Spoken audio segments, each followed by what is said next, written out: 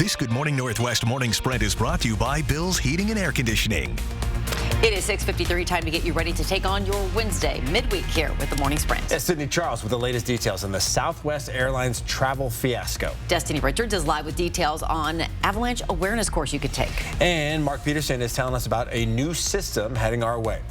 But let's get straight to breaking news out of Adams County this morning. We are learning new details of a shooting in Othello where Adams County deputies say a 20-year-old man was shot inside a home. 3 of the 4 suspects in the shooting, which includes 2 juveniles, are now in custody and could face first-degree attempted murder charges. At last check, the victim is stable, was taken to the hospital. The investigation into the shooting is ongoing. In another shooting, a man is in police custody accused of shooting another man at a Spokane Valley apartment complex. Police say an argument escalated at Mirabeau at Parkside Apartments on Cherry Street near Pines Road. The Spokane County Sheriff's Office says they got the call around 4:30 in the afternoon and that a man shot another man inside a car at the apartment complex. They say the victim drove off, but the gunman stayed at the scene where police detained him.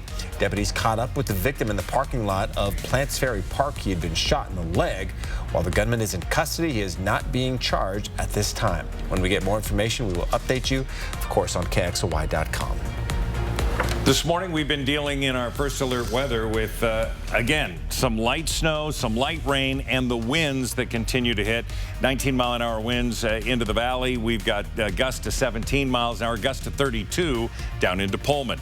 Doppler radar has been busy as well. You take a look at your screen, and we've had rain, snow, and now it's mainly snow that's coming through. And in Coeur d'Alene and in Sandpoint, it's starting to add up. There's an inch or 2 that has fallen. Over the next 12 hours, some morning showers, but our high today under partly cloudy sky of 37.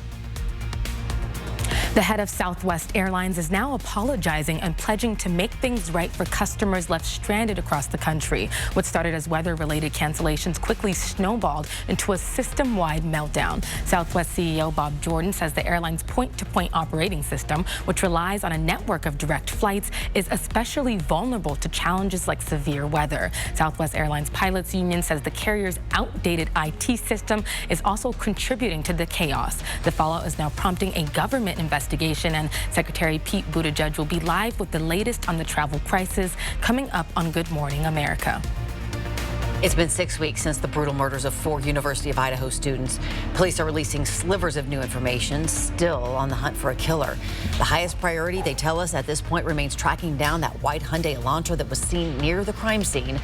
But with the thousands of tips law enforcement have received, it's been like finding a needle in a nationwide haystack.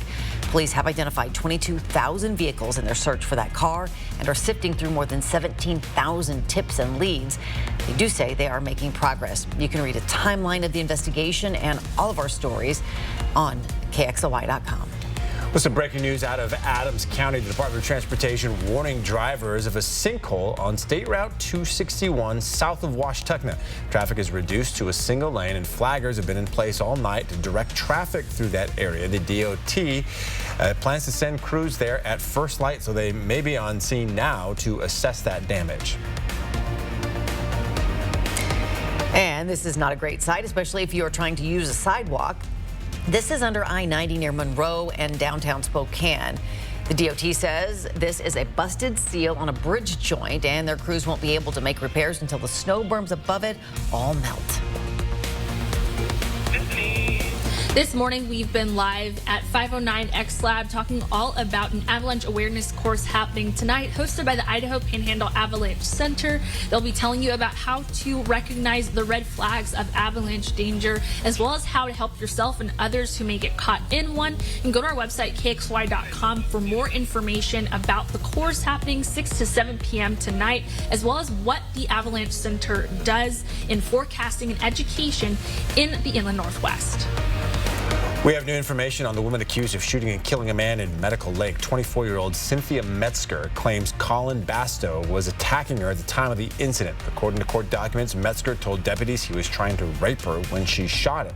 Metzger has been charged with second-degree murder and unlawful possession of a firearm. President Biden announced an all-time record enrollment for healthcare.gov. He said nearly 11.5 million Americans signed up for insurance through the site from November 1st to December 15th, an 18% increase from last year. The release of former President Donald Trump's tax returns is scheduled for Friday morning. They'll be placed into the congressional record at around 9 o'clock. That's when they become public. We'll get a final check of the weather with Mark right after this.